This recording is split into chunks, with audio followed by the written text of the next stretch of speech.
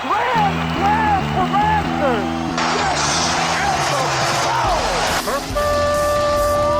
It's time for Blessed to Play on EWTN Radio, uncovering the role that faith plays in the lives of sports professionals from around the country. And now, here's your host, Ron Meyer. Fire, score! My guest today was a big and steadfast target at tight end for the Boston College Eagles. Scott Gieselman was a 3-year starter, was a vital part of the lightning-like passing attack of the nationally ranked Boston College teams of the mid-1980s. He's a 3-time honoree as an All-East and All-ECAC tight end, and he was inducted into the Boston College Varsity Club Athletic Hall of Fame in 2011. Here to talk about his college career at BC and also his pro career as well is Scott Gieselman. Scott, welcome to Blessed to Play. Ron, thank you very much. It's as I was talking to one of your other guests about this, I remarked to him that, I don't really consider myself in the category of most of your guests and the people that you've interviewed based on my experience in my career. But there are definitely some things that combine the Catholic faith that I've, is critically important to me in my athletic career and career outside of athletics as well. So happy to be here, happy to talk to you, and you do great work and have really enjoyed your show. Thanks so much. Well, before we talk about football, we have to also talk about basketball when it comes to you, because you had a tremendous talent for the game of basketball. In fact, I think it was probably a toss-up where you were going to go collegiately, whether it be playing basketball or playing football. But your talk with Jack Bicknell, the then head coach for the Boston College Eagles, kind of cemented the deal, and you decided to go and play football for BC. I did, and I was recruited for both basketball and football by a number of schools when I was coming out of high school. And, a funny story, I was actually a hockey player in high school, going into high school, and went to a really acclaimed high school hockey program that produced a number of Olympians and college athletes and professional hockey players. And my dad was the one who decided that, he said, you're going to be a basketball player. So he kind of truncated my hockey career.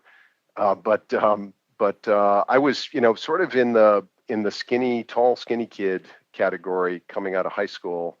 And, most of the schools I was looking at were either Ivy League schools or some of the small Division III, they call them NESCAC schools, New England Small Colleges. Mm-hmm. And so when the opportunity to go to Boston College came up, it was very late in the recruiting process. Our class was had a terrific 4 years there, but we were not highly recruited athletes, Doug Flutie included, and my roommate Steve Strahan, who played for the Raiders for a number of years. We had great players, but none of us were particularly highly recruited. And as you allude, I was a football guy, so football was not. I was decent at it, but it was not something I was highly recruited for. So let's talk about the journey, because it's always interesting to me, the journey of an athlete, because it doesn't always go according to plan. But once you decided that you would play football, you weren't sold on BC totally. In fact, Scott, you thought about transferring out at one point. I think Jack Bicknell, an offensive coordinator, here's the name, Tom Coughlin, told you that your best shot to play at DC was to switch to the offensive line, and you simply just didn't want to do that, did you? No, sir. So that was my freshman year, as I mentioned. I was sort of a tall, skinny kid, was really completely unprepared for that leap to major college football, and was built more like a basketball player. So as my first year was, to say the least, a bit of a challenge, and I think Boston College may have realized that they had made a mistake early on and said, you got two options. One is you can transfer. This is the end of my freshman year after our spring ball. Or you can gain 50 to 70 pounds and move to center or offensive line, which, to me was sort of a death sentence. So I said, I'll work really hard, try to, get in good shape, try to get stronger over the summer. And if I don't make the travel team, our sophomore year, we were opening up against Texas A&M, in Texas A&M against Jackie Sherrill, who had just signed, record contract for a college coach. So that was a big deal. And if I didn't make that travel team and make the game, then I would leave. And that was sort of the deal I'd cut with our coaches at the time. And so camp came, and I thought I was doing great. It came in great shape. And the week before the A&M game, which was really well before school even started, I think it was late August, they moved a freshman who was a linebacker ahead of me. So the die was cast in my view, and it was pretty clear that I needed to go find another school to go to. Blessed to play Ron Meyer. My guest today is Scott Gieselman. He was a standout tight end for the Boston College Eagles in the mid-'80s, played on that team that's infamous for, obviously, the Doug Flutie Hail Mary against the Miami Hurricanes. So your first pass for a touchdown was against Navy. Then 2 games later, there was a fortunate coincidence where Jack Bignell and Tom Coughlin knew they had an exceptional leader in the aforementioned Doug Flutie, and they revamped this offense where it's going to be pass happy. This meant an aggressive style, and that means they need a tight end to throw to, and you just became that guy, didn't you? So tell us how you evolved into this offense, and when did you notice that Doug was a special quarterback? Yeah, well, I'd grown up next door to him, literally the town next door, and although we didn't know each other coming into it, we'd played on some all-star teams and things like that. And he was always a tremendous competitor and just a really high quality kid as well. And really the freshman year, I think he was 5th or 6th on the depth chart, and due to some injuries, just kept climbing up the ladder and started playing. I think his first game against Penn State, he threw for 500 yards or something. It was just remarkable. And then by the time our sophomore year started, Tom Coughlin was our offensive coordinator to revamp the offense, had put in a lot of pro-style passing offenses, and it was a very dynamic, very read-intensive offense for the receivers and the backs. When you had this connection with your quarterback, and like you did with Doug Flutie, how long does it take to get that chemistry? When did you notice that there was something special between you two in that connection? Yeah, it was really, I did not. It was not a straight path for me, Ron, in any way, shape, or form. And I would say for any of your young listeners out there who are athletes, predominantly the advice I would have is just, continue to work and stay with it, because, good things will happen for those who work hard. Mm-hmm. And I think that was really emblematic of my career, because I was not, after I almost transferred after at the beginning of my sophomore year, it really was my 3rd year when things started to click. We had graduated a couple of the upperclassmen who were playing ahead of me.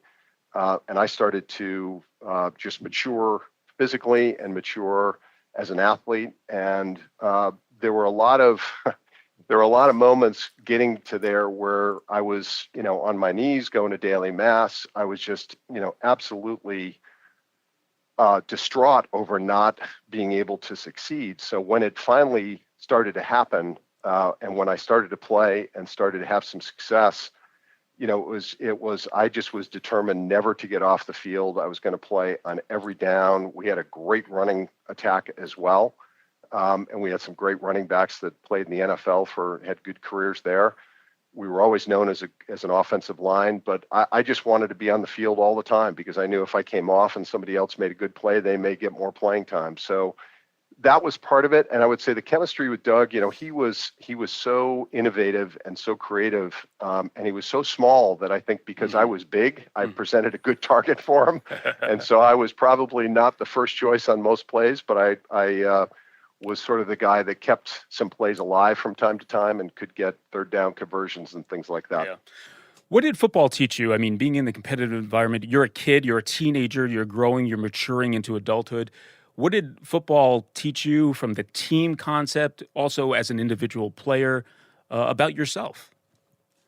Well, first, I would say, again, I took a very unconventional path from most of your guests who were, esteemed athletes all through, and then, just were in their zone when they got to college and then went on to the pros. I was not like that. I really was extremely lucky and extremely blessed to be in the position I was in. And so I really took, I would say the concept of, God hates a coward in the book of Revelations was sort of first in my mind, where, taking on a challenge of that level of college football. And we played, when I was there, we played everybody: Clemson, Alabama, Penn State, West Virginia, Pittsburgh, Texas A&M. We played a really high-end schedule and, achieved a great deal of success.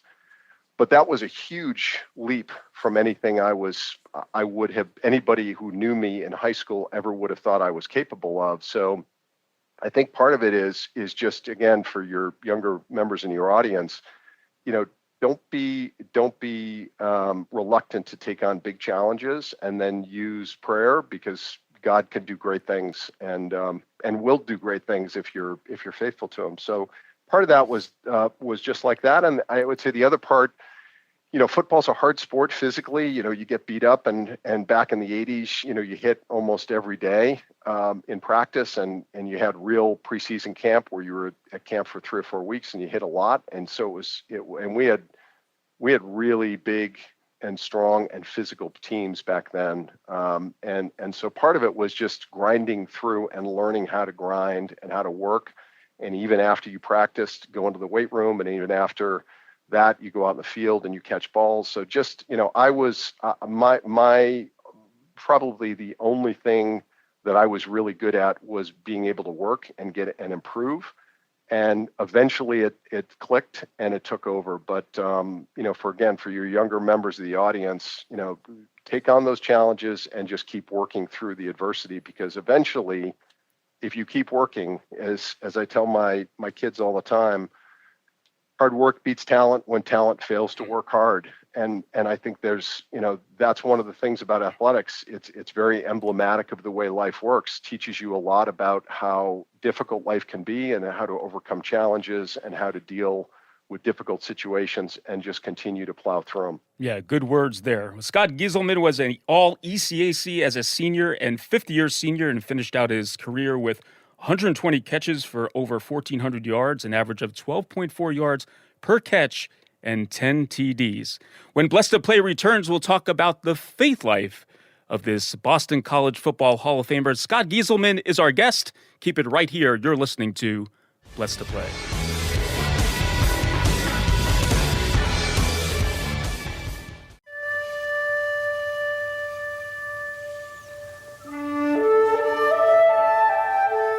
Glory be to the Father, and to the Son, and to the Holy Spirit, as it was in the beginning, is now, and ever shall be, world without end. Amen.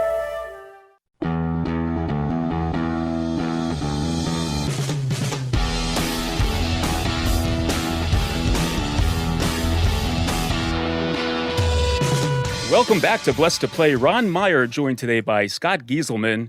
What a career, folks, he did have at Boston College at the position of tight end. A remarkable 4-year career from 1982 to 85 for the Eagles. 120 career receptions.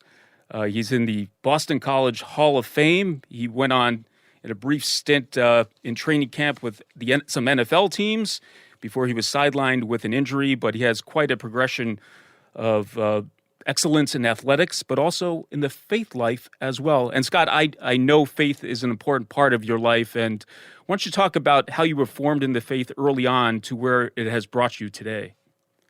Sure. Cradle Catholic, grew up in Massachusetts and was born in upstate New York, but grew up in Massachusetts, and was an altar boy, sort of the standard 1960s, 70s fare for Catholicism at that time. And we were all the altar boys were athletes, and we all hung out together, and it was a really cool thing to do. And then like a lot of people, I think, is my parents were product of Catholic schools, and so I had the opportunity to go to a handful of different schools, Ivy League and some what they call the small Ivies up here, the NESCAC schools, and chose Boston College really as in part because of the faith element. It was certainly back then not as highly regarded a school as some of the Ivy League schools were and some of the smaller Ivies were.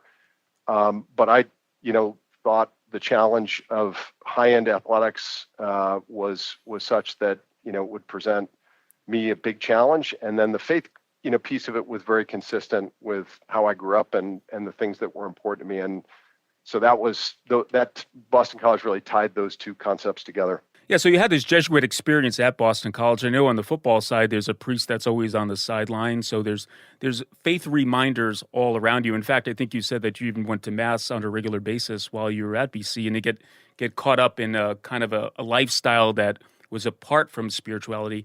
But when do you think you made faith your own? You had all this Catholic guts. You were formed by your parents. But was there a time where you had to really embrace the faith component on your own? That was really in college, as I alluded to before, it was not a straight line up and to the right for me career-wise. There were a lot of very dark and very dubious periods where it did not look like things were going to succeed for me as an athlete. And it tends to be, I don't know if you were in the same category as an athlete, but when things aren't going well athletically, that the rest of your life usually can be a little bit tricky too. And that was certainly the case for me. So I would say, there were points in the first year or two at Boston College where my faith, which was strong, was never really tested. Things, as you're a little kid and going on and, things kind of work out for you. And then all of a sudden things don't. And so it really forced me to look hard at my faith and what I was doing and how I was executing my faith, if you will. And so I really, decided this was the moment of truth for me and that I had to double down and really put, all my confidence in God to get me through what was a very difficult period for me. So I started going to daily Mass. I was trying to figure out, being a pretty poorly catechized kid at that time in the 70s, I had to sort of learn from scratch, elements of the faith. Boston College was very helpful in that, being Jesuit university, but a lot of it was just trying to figure it out. But I think, the Eucharist and going to daily Mass was front and center, and that really got me through. And I would say, if not for the grace of God, things were not going to go, did not look like it was going to work out. And it fortunately worked out. I was very lucky, very blessed.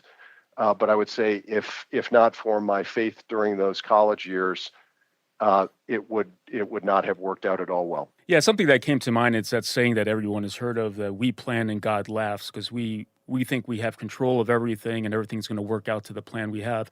And you came off a All-American, a collegiate football career, being really the best in your biz, one of the best. And then you were drafted in the 4th round by the Patriots. Then you went into Dolphins training camp. And your playing days were curtailed because you had a significant injury, and those hopes and dreams of playing at the professional level are no longer. How did you handle that? Because I talk about on the show a lot identity, and with athletes, a lot of times, because you're the best at what you do and you're being fed all this, how great you are, your identity almost becomes a sport that you're excelling in.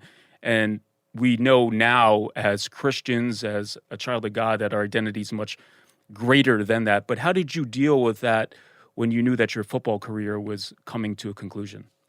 It was a huge challenge for the reasons you just described. So much of your athletic career and growing up in Boston, being successful as a team and being a part of that, and we'd get 60 or 70,000 people at our games in college. We played most of our home games at now Gillette Stadium, where the Patriots play, during my last couple of years there.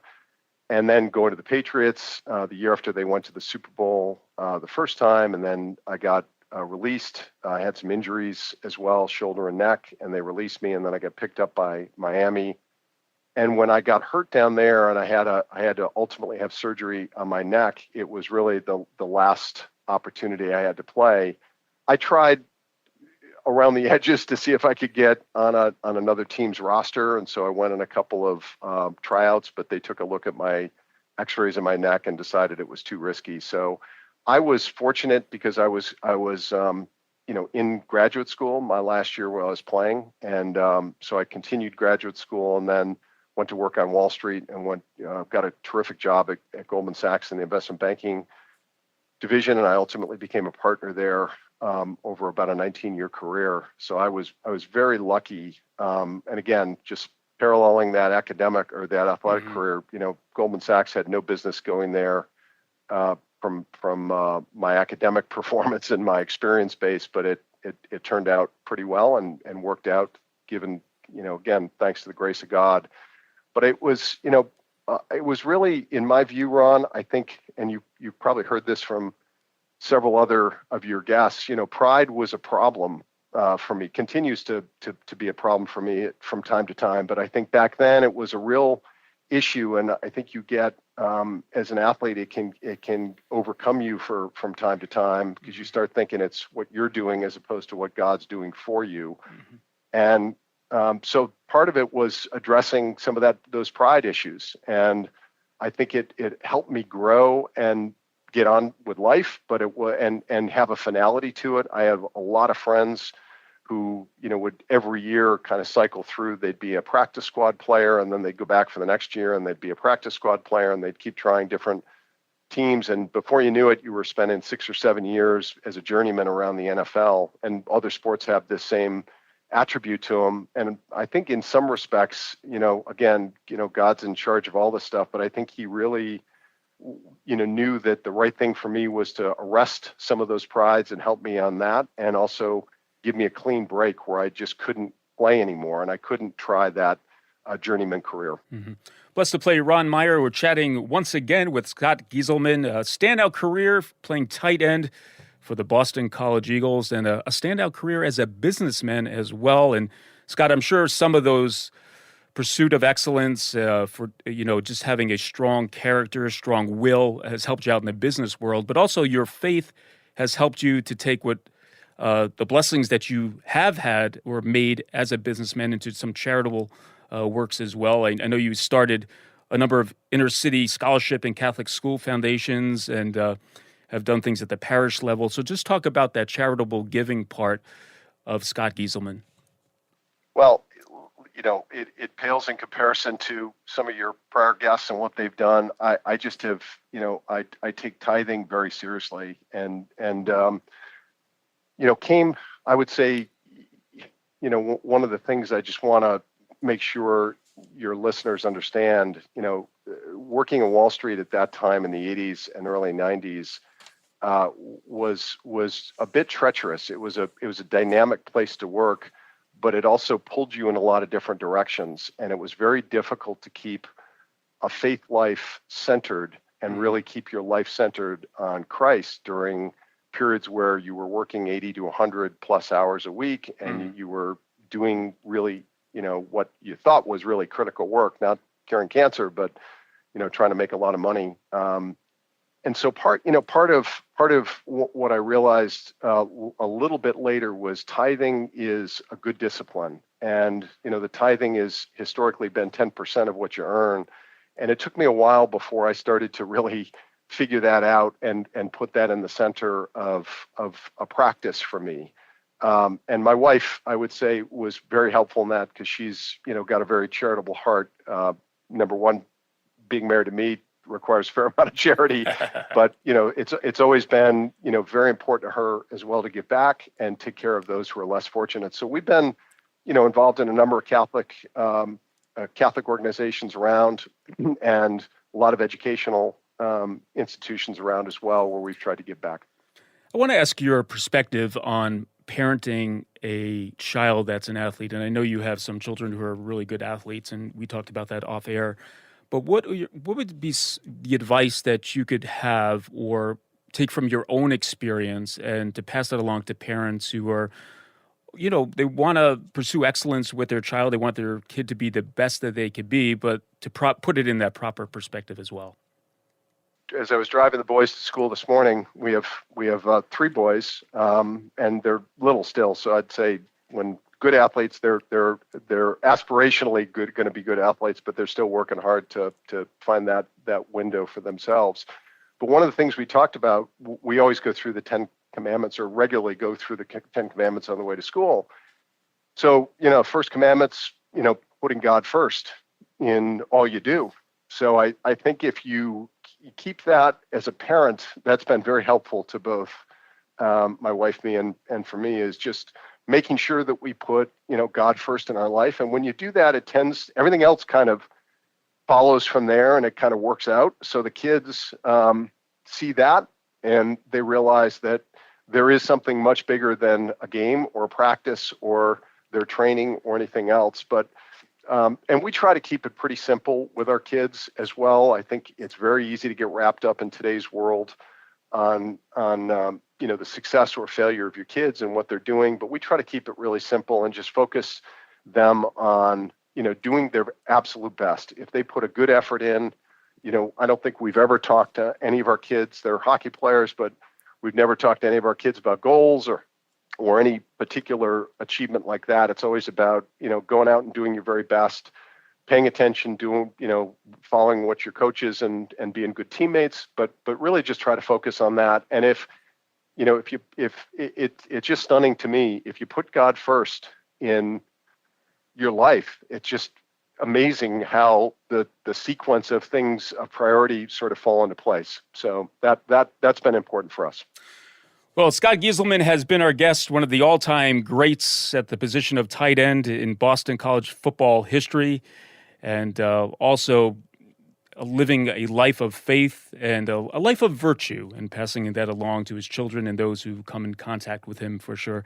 Scott, thanks so much for the time. Really do appreciate it. It was great talking football, especially during this collegiate football season, and also that BC is off to a great start. That's equally as important as well. And thank you for sharing your faith life here, too, as well, on Blessed to Play. Been a pleasure. Thanks so much. Hey, Blessed to Play fans, check us out on the web at blessedtoplay.com. That's blessed2play.com. You can like us on Facebook. Hit us up on the platform X at Blessed to Play. For Scott Gieselman, I'm Ron Meyer. Thanks so much for joining us right here on Blessed to Play. You've been listening to Blessed to Play with host Ron Meyer on the EWTN Global Catholic Network. If you have a question or comment about today's show, feel free to email us at info@blessedtoplay.com. That's blessed, 2, play.com. You can also connect with the show on the web at www.blessedtoplay.com. Again, that's blessed, 2, play.com. Join us again next time for Blessed to Play on the EWTN Global Catholic Network.